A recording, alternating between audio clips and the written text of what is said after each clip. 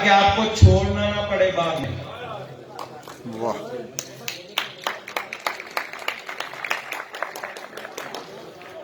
इस बात पे एक बार नहीं, दो बार नहीं, 1000 बार गौर करो, फिर उसके साथ उस्तादी शिगिर्दी करो।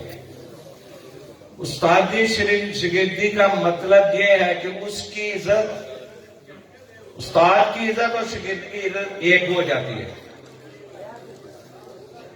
शिगिर्दों को कोई काम ऐसा नहीं करना चाहिए जिससे उस्ताद को शर्मिंदगी हो, या कोई उस्ताद को बोले कि यार तुम्हारे शिगिर्द का ये मसला है, इसको देखो।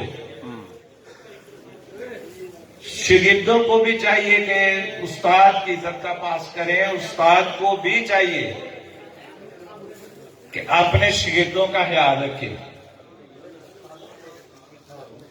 शिगिर्दों को बच्चों की तरह ट्रीट करें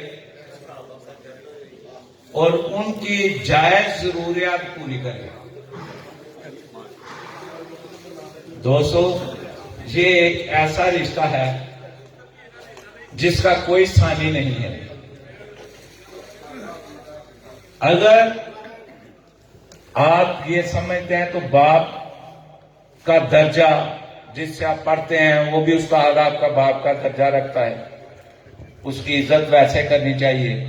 जिसके साए के नीचे आप शौक करते हैं उसको भी बाप की तरह ही देखना चाहिए और उसकी इज्जत करनी चाहिए।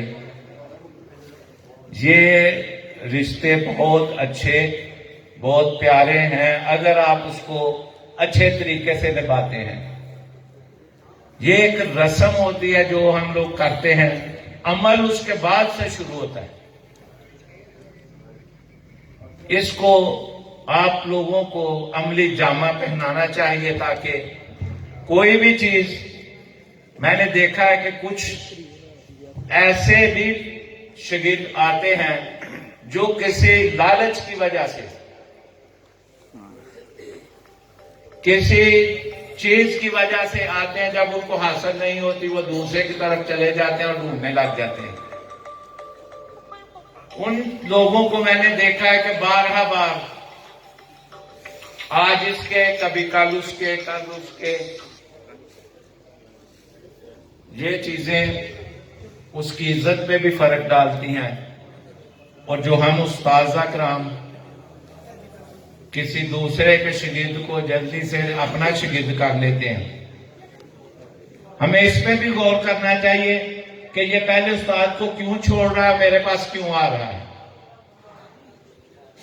हो सकता है कल वो हमें छोड़ के किसी और की तरफ चला